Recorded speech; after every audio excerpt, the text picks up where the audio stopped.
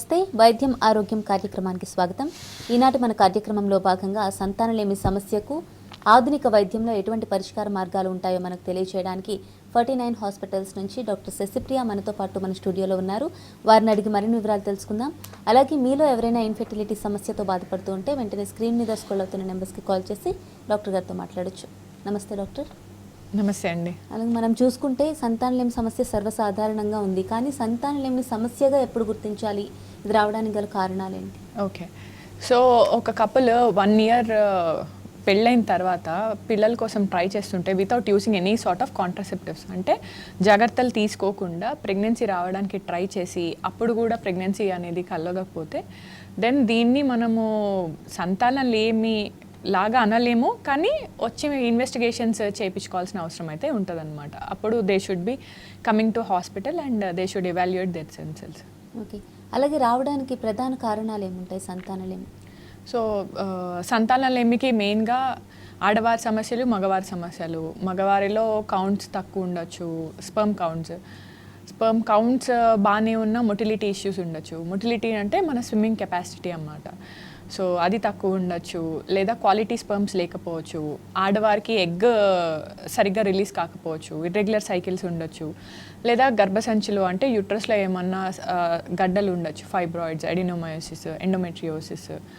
So main reasons అంటే మనకి egg, sperm రెండు. సో ఎగ్ రిలీజ్ కావడానికి ప్రాబ్లమ్, లేకపోతే స్పర్మ్ క్వాలిటీ ప్రాబ్లమ్, లేదు అంటే ట్యూబల్ ఇష్యూస్. మెయిన్ అంటే ఎగ్, స్పర్మ్ కలిసేది ట్యూబ్లోనే, కాబట్టి ట్యూబల్ బ్లాక్స్ ఉన్నా కానీ ప్రెగ్నెన్సీ రాదు. ఓకే, అలాగే భార్యాభర్తలు సంతానలేమి సమస్యతో హాస్పిటల్కి వచ్చినప్పుడు ఏ విధంగా డయాగ్నోస్ చేస్తారు? ఆ సమస్యను ఎవరిలో ఉందో ఏ విధంగా రికగ్నైజ్ చేస్తారు? Okay, so husband and wife ఇద్దరు హాస్పిటల్కి వచ్చినప్పుడు ఆడవారికి జనరల్గా స్కాన్ చేస్తాము. స్కాన్లో మనం ఏం చూస్తాము అంటే ఓవరీస్ చూస్తాము.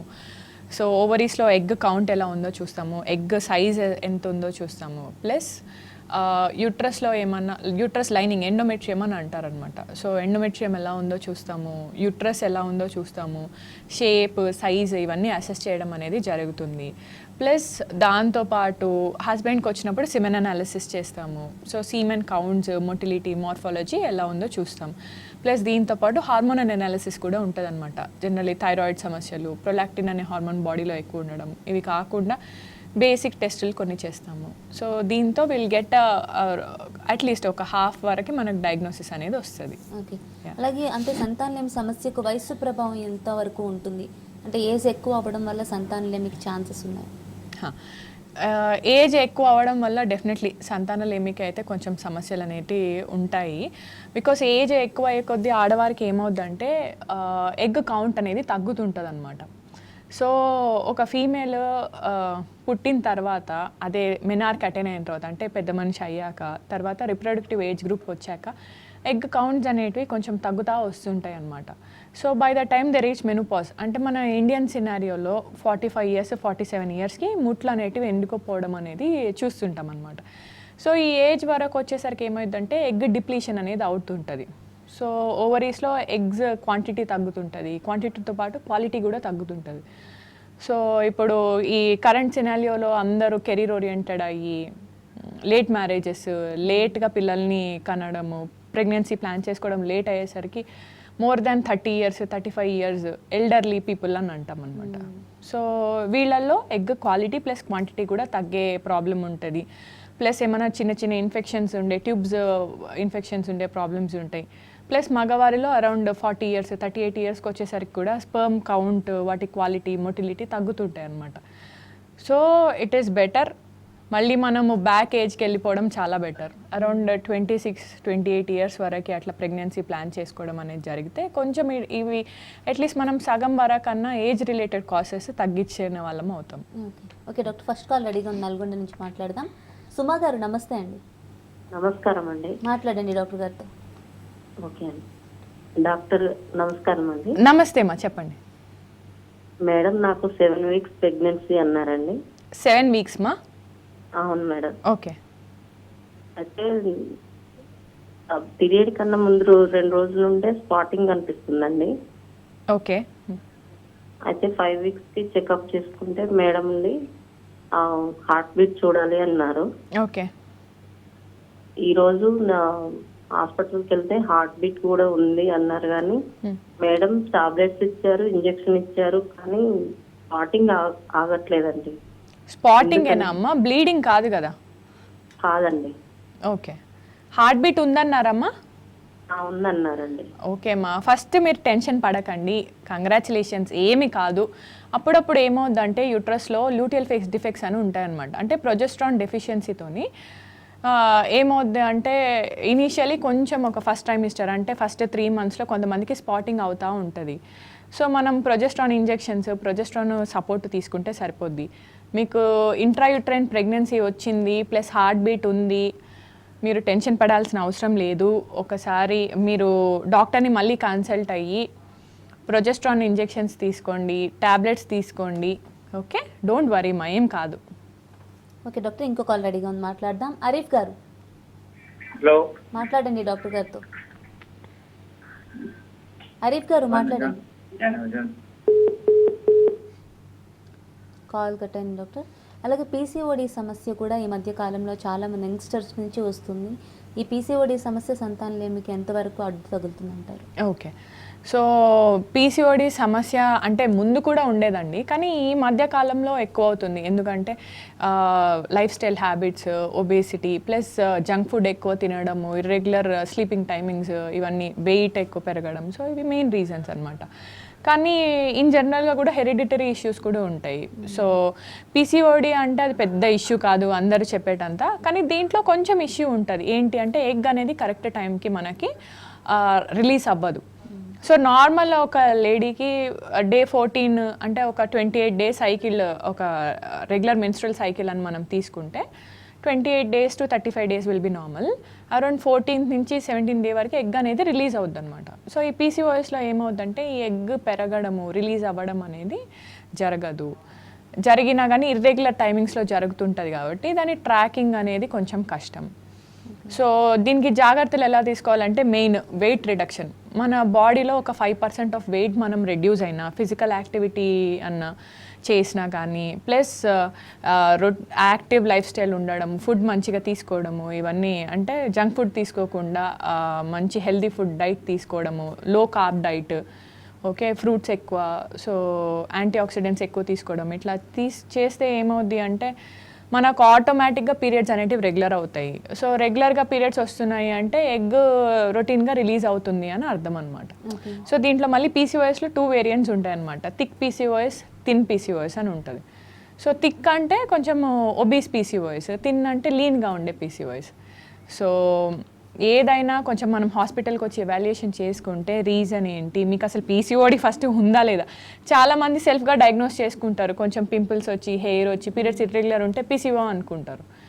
సో ఫస్ట్ మీరు హాస్పిటల్ రండి, ఎవాల్యుయేషన్ చేసుకోండి, చేసుకున్న తర్వాత ట్రీట్మెంట్ అనేది ఆటోమేటిక్గా ఉంటుంది. ఓకే డాక్టర్, వరంగల్ నుంచి కాల్ రెడీగా ఉంది, మాట్లాడదాం. గౌతమి గారు, మాట్లాడండి డాక్టర్ గారితో. ఫస్ట్ బేబీ ఉన్నారు మేడం.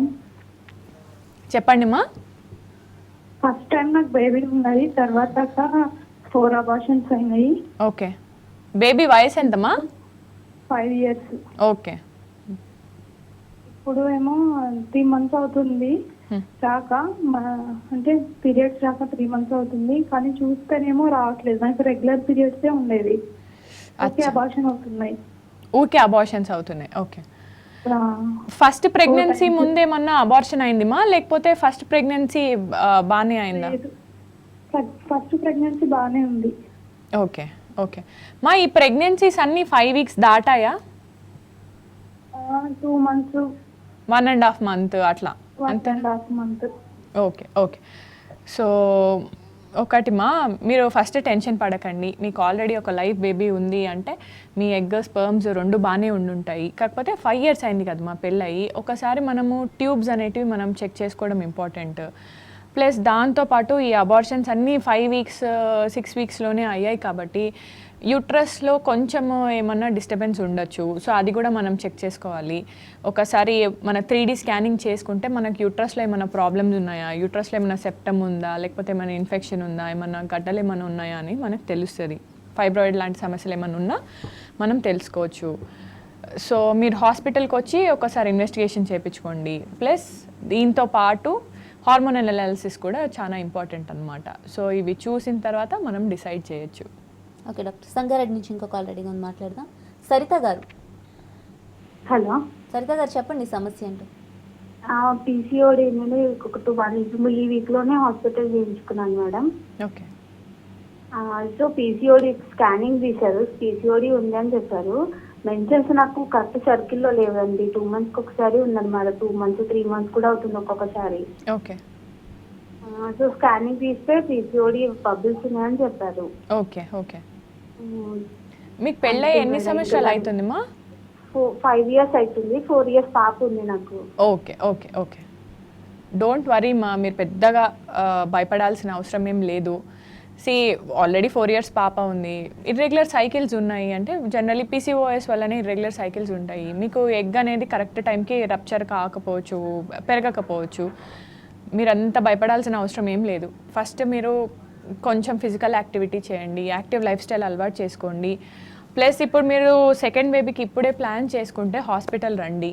మనం చిన్న ట్యాబ్లెట్స్, ఇంజెక్షన్స్ ఇచ్చి కూడా ఎగ్ అనేది పెద్దగా అంటే ఎగ్ గ్రోత్కి ట్రై చేయొచ్చు, రిలీజ్ కావడానికి మనం ట్రై చేయొచ్చు. ప్రెగ్నెన్సీ అనేది 100% అవుతుంది మా, టెన్షన్ పడాల్సిన అవసరం లేదు. కాల్ ఉంది డాక్టర్, కుక్కట్పల్లి నుంచి మాట్లాడదాం. మమత గారు. హలో, చెప్పండి సమస్య ఏంటో మమత గారు. నమస్కారం మేడం. నమస్తే అమ్మా మమతా గారు, చెప్పండి. నేను 3rd బేబీ కోసం ట్రై చేస్తున్నాము. ఓకే. అయితే నాకు హెర్నియా ఉంది మ్యామ్. ఓకే. హైటస్ హెర్నియా ఉంది. దానికో ఏమైనా ప్రాబ్లం అవుతుందా అని. పెద్దగా ఇష్యూ ఏమీ ఉండదమ్మా. మీరు ఒకసారి ఒపీనియన్ తీసుకోండి హాస్పిటల్కి వచ్చి. పెద్ద ఇష్యూస్ జనరల్లీ ఏమీ ఉండవు. అది ఏంటి, ఏం హర్నియా అన్నారు? అంబలికల్ హర్నియా అన్నారా, లేకపోతే ఎక్కడ, ఏం హర్నియా అమ్మా? వచ్చిందండి. హలో మమత గారు, డాక్టర్ గారు అడిగింది వినిపించిందా? వినిపించట్లేదు. ఒకసారి మళ్ళీ అడగండి. మా హర్నియా అన్నారు కదమ్మా, ఏం హర్నియా అమ్మా అది? అంటే మీకు ఎందుకు వచ్చింది? హెర్నియా మ్యామ్, అది స్టమక్ పార్ట్ కొంచెం పైకి వచ్చింది. అదే హయాటిస్ హర్నియా కదా. ఓకే. ఓకే. పెద్దగా ఇష్యూస్ ఏమీ ఉండవు మా, you can try. Okay okay doctor. Okay. ఇంకో కాల్ రెడీగా ఉంది డాక్టర్, మాట్లాడదాం. పవనిత గారు. Good evening madam. Good evening మా, చెప్పండి. చెప్పండి సమస్య ఏంటో. నాకు మ్యారేజ్ అయ్యి 1 year అవుతుంది మేడం. అయితే 2 pregnancies పోయినాయి మేడం. ఒకటి 3 days లో పోయింది, ఒకటి 3 months లో బేబీ హార్ట్ బీట్ కొట్టుకోవట్లేదని పోయింది మేడం. ఓకే. అయితే ఇప్పుడు 1 week బ్యాక్ కన్ఫర్మ్ అయింది మేడం. ఓకే. మేడం దగ్గరికి వెళ్తే, డాక్టర్ మేడం దగ్గరికి వెళ్తే టెస్ట్ చేసి కన్ఫర్మ్ అన్నారు మేడం. కానీ వైట్ డిశ్చార్జ్ అవుతుంది, ప్లస్ స్టమక్ పెయిన్ వస్తుంది మేడం బాగా. ఓకే. ఓకే. మేడం 2 injections రాశారు, మెడిసిన్స్ రాశారు. Weekly 1 injection వేసుకోమన్నారు. ఒక ఇంజెక్షన్ వేసుకున్నాను. ఓకే. రేపు ఒక ఇంజెక్షన్ వేసుకోవాలి మేడం. ఓకే. ఈ ఓకే. స్టమక్ పెయిన్ ఎందుకు వస్తుందో అర్థం కావట్లేదు. వైట్ డిశ్చార్జ్ అవుతుంది మేడం, బాగా భయం వేస్తుంది. మా ఫస్ట్ మీరు భయపడకండి, మీరు పాజిటివ్గా ఉండండి. వైట్ డిశ్చార్జ్ ప్రెగ్నెన్సీలో కామన్. మనకి యూట్రస్ ఓపెనింగ్ సర్విక్స్ అని ఉంటుంది మా. సో ప్రెగ్నెన్సీ వచ్చేసరికి సర్విక్స్కి కొంచెం వాస్కులారిటీ ఎక్కువ వద్దనమాట. సో దాంతో వైట్ డిశ్చార్జ్ అనేది కొంచెం అవుతుంటుంది, కామన్. అది ఎర్లీ సైన్ ఆఫ్ ప్రెగ్నెన్సీ అనమాట. సో అలా కాకుండా మీకు బాగా వైట్ డిశ్చార్జ్ అయ్యి దాంతో దురద వచ్చి, స్మెల్ వచ్చి, బాగా డిస్కంఫర్ట్ ఉంటే మీరు భయపడాలి. సో అది కాకుండా పెయిన్ అన్నారు, ఎక్కడ పెయిన్? అది పొత్తి కడుపులో పెయిన్ వస్తుందా, లేకపోతే పై కడుపులో పెయిన్ వస్తుందా? పెయిన్ ఎక్కడ వస్తుంది? హలో, కాల్ కట్ అయింది. ఓకే. పొత్తి కడుపులో పెయిన్ అంటే ఓన్లీ యూట్రస్సే ఉండదండి. యూట్రస్ వెనకాల పేగులు ఉంటాయి, యూట్రస్ ముంగట మనకి యూరినరీ బ్లాడర్ కూడా ఉంటుంది అనమాట. సో అప్పుడప్పుడు యూరిన్ ఇన్ఫెక్షన్ వచ్చినా కానీ మనకి పొత్తి కడుపులో పెయిన్ అనేది రావచ్చు. సో అది కూడా ఒకటి మనం రూల్ అవుట్ చేసుకోవాలి. అండ్ మీరు ఫస్ట్ టెన్షన్ పడకండి. మీకు మేడం ఏదైతే ఇచ్చారో ఇంజెక్షన్స్, మామూలుగా ప్రొజెస్ట్రాన్ అండ్ హెచ్సిజీ ఇంజెక్షన్స్ ఇస్తారు. సో ఇవి ఏంటంటే ప్రెగ్నెన్సీని అంటే బలం కోసం ఇస్తారనమాట. అంటే స్టెబిలైజ్ చేస్తాయి ఎండోమెట్రియంని. It will support the pregnancy. So ఈ కొంచెం స్ట్రాంగ్గా ఉండడానికి ఎండోమెట్రియం లైనింగ్ అదంతా స్టెబిలైజ్ చేయడానికి ఇంజెక్షన్స్ ఇస్తారు. సో మేడం ఏదైతే చేశారో దీన్ని మీరు ఫాలో అయిపోండి. It is very good. Injections మీరు తీసుకోండి. ఓకే, టెన్షన్ పడాల్సిన అవసరం లేదు. ఒకసారి అబార్షన్ అయితే మళ్ళీ అబార్షన్ అవుతుంది అని ఏమీ లేదు. Okay doctor. అలాగే ట్యూబల్ బ్లాక్స్ అంటే ఏంటి, వాటి ప్రాధాన్యత ఏంటి? ఓకే. సో ఫెలోపియన్ ట్యూబ్ అనేది చాలా ఇంపార్టెంట్ స్ట్రక్చర్. ఎందుకు అనంటే ఒక బేబీ ఫామ్ కావడానికి మనకి ఎగ్స్ అనేటివి ఓవరీలో నుంచి బయటకు వస్తుంటాయి అన్నమాట. అండ్ బేబీ ఎక్కడ ఫామ్ అవుద్ది అంటే ఫెలోపియన్ ట్యూబ్లో ఫామ్ అవుద్ది. ట్యూబ్లో ఫామ్ అయ్యాక యూట్రస్లోకి వచ్చి బేబీ ఇంప్లాంట్ అవుద్ది. సో మనకి 3 స్ట్రక్చర్స్ ఆడవారికి చాలా ఇంపార్టెంట్. సో ఎగ్స్ బాగున్నా, యూట్రస్ బాగున్నా, ఫెలోపియన్ ట్యూబ్ బ్లాకేజ్ ఉంది అంటే న్యాచురల్గా ప్రెగ్నెన్సీ అనేది కాదు. సో ఫెలోపియన్ ట్యూబ్ అంటే ఏంటి అంటే మనకు ఓవరీకి యూట్రస్కి ఉన్న కనెక్షన్ అన్నమాట. సపోజ్ అక్కడ బ్లాక్ ఉంది అనుకోండి, న్యాచురల్గా ప్రెగ్నెన్సీ రాదు. సో ఈ ఫెలోపియన్ ట్యూబ్స్ అనేటివి అందుకు మనకు చాలా ఇంపార్టెంట్. ఓకే డాక్టర్, హైదరాబాద్ నుంచి కాల్ రెడీగా ఉంది, మాట్లాడదాం. పార్వతి గారు మేడం మాట్లాడండి డాక్టర్ గారితో. నాకు 5 ఇయర్స్ బాగున్నాడు మేడం. ఓకే. ఇంతకు ముందు ఒక 5 మంత్స్ బ్యాక్ ప్రెగ్నెంట్ అయ్యి అబార్షన్ అయింది. ఓకే. ఒక 3 days కే బ్లీడింగ్ రావడం స్టార్ట్ అయింది. ఓకే. ఇక్కడ వేరే హాస్పిటల్లో చూపించుకుంటే హార్ట్ బీట్ ఉందని అన్నారు. మళ్ళీ మేము మా ఊరు వెళ్ళి చూపించుకుంటే అబార్షన్ అయింది, ఇంకా కారు అని అన్నారు. అంటే ఆ బ్లీడింగ్ అవుతుంది కదా, ఇంకా అబార్షన్ అయినట్టునే అని అన్నారు. మళ్ళీ 3 months కి ఒకసారి బ్లీడింగ్ అది మంత్ రావడము, మంత్లీ మంత్ వస్తలేదు మేడం. అది ఎట్లా, ఎందుకు ప్రాబ్లము? ఒకటి అబార్షన్ అయింది అని అంటే మీకు ఆల్రెడీ లైవ్ చైల్డ్ ఉంది, మీరు టెన్షన్ పడేది ఏమీ లేదు. మీ ఎగ్ స్పర్మ్స్ మోస్ట్లీ బాగానే ఉండుంటాయి. మీ వయసు ఎంతమ్మా, ఏజ్ ఎంత మీది? Call cut. సో ఒకటి, అండ్ అబార్షన్ అయింది అంటే బ్లీడింగ్ ఒక 10 days అట్లా అవుద్ది. దాని తర్వాత నెక్స్ట్ సైకిల్ నుంచి మళ్ళీ మనకి ఎగ్ గ్రో కావడం, రిలీజ్ కావడం అనేది అది రొటీన్ పద్ధతి. అది కాకుండా ఉండదు అనేది ఏం లేదు, రొటీన్గా అవుతూనే ఉంటుంది. ఇర్రెగ్యులర్ సైకిల్స్ వస్తున్నాయి అంటే ఎగ్ అనేది రిలీజ్ కావట్లేదు అని అర్థం. అది ఏం పెద్ద భయపడాల్సింది ఏం లేదు. హాస్పిటల్కి వస్తే మనము డే 2 రోజు స్కానింగ్ చేస్తాము, ఎగ్స్ ఎన్ని ఉన్నాయో చూస్తాము. ఆల్రెడీ తనకి 5 years చైల్డ్ ఉన్నారు, తన ఏజ్ సపోజ్ 30 years కంటే ఎక్కువ అనుకోండి. ఎగ్స్ కొంచెం బాడీలో డిప్లీట్ అవుతున్నాయి, అది కూడా ఒక రీజన్ అయి ఉండొచ్చు. లేదా క్రానిక్ ఇర్రెగ్యులర్ సైకిల్స్, క్రానిక్ యానోబులేషన్ అని అంటారు అనమాట. అంటే 2-3 monthsకి ఒకసారి పీరియడ్ రావడం, ఇట్లాంటి ప్రాబ్లమ్స్ ఏమన్నా రొటీన్గా డెవలప్ అవుతూ ఉంటే దాని పీసీఓడి ప్రాబ్లం ఉండొచ్చు. సో ఇవి మనకు వస్తే స్కానింగ్ చేస్తే మనకి రీజన్ ఏంటో తెలుస్తుంది. సో దాన్ని బట్టి we can treat. Okay doctor, అలాగే ట్యూబల్ సమస్యలను ఏ విధంగా గుర్తించాలి? ట్యూబల్ సమస్యలు ఎలా గుర్తించాలి అంటే దానికి ఒక స్మాల్ టెస్ట్లు ఉంటాయి అన్నమాట. హెచ్ఎస్జి, హిస్ట్రోసాల్ఫింగోగ్రఫీ, సెలైన్ ఇన్ఫ్యూజన్ సోనోగ్రఫీ, మరి ఇంకా హయ్యర్ లెవెల్కి వెళ్తే డయాగ్నోస్టిక్ లాప్రోస్కోపీ అని ఉంటుంది అనమాట. సో ఈ హెచ్ఎస్జి అంటే ఏం లేదు, ఒక స్మాల్ డైని యూట్రస్ లోపలికి మనం ఇంజెక్ట్ చేసి సో బైలాటరల్ అంటే బోత్ సైడ్స్ ట్యూబ్స్ ఓపెన్ ఉన్నాయా లేదా అని చెక్ చేస్తామన్నమాట. అది కాకుండా దాన్ని ఎక్స్రే తీస్తారు హెచ్ఎస్జిలో. సెలైన్ ఇన్ఫ్యూషన్ సోనోగ్రఫీ అంటే కూడా ఎన్ఎస్ని యూట్రస్ లోపలికి పంపించి బోత్ సైడ్స్ ఫెలోపియన్ ట్యూబ్స్ నుంచి ఓవరీస్ చుట్టూ మనకి ఫ్లూయిడ్ కలెక్ట్ అవుతుందా లేదా అని చూస్తామన్నమాట. ఇది స్కాన్ గైడెడ్ అనమాట. ఓపీడీ ప్రొసీజర్స్ 2 కూడా. వీటికి అడ్మిషన్ అవసరం లేదు, ఏం అవసరం లేదు.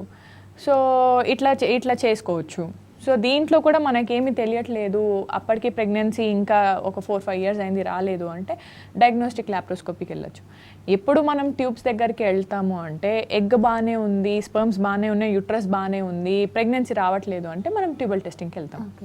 లేదు అని అంటే చైల్డ్హుడ్లో ఏమైనా టీబీ వచ్చింది, ఏమైనా జెనిటల్ టీబీ ఉంది, కింద ఆర్గన్స్ అన్నీ ఇన్ఫెక్ట్ అయినాయి, లేకపోతే పిఐడి, పెల్విక్ ఇన్ఫ్లమేటరీ డిసీజ్ అంటారు. అంటే మన వైట్ డిశ్చార్జ్ ప్రాబ్లమ్స్ ఉండి, తర్వాత పొత్తి కడుపులో బాగా పెయిన్ రావడము, ఎండోమెట్రియోసిస్ సమస్యలు ఏమన్నా ప్రీవియస్గా ఉంటే, సో ఇట్లాంటి వాళ్ళకి జనరల్లీ ట్యూబ్స్ ఎఫెక్ట్ అవుతాయి అన్నమాట.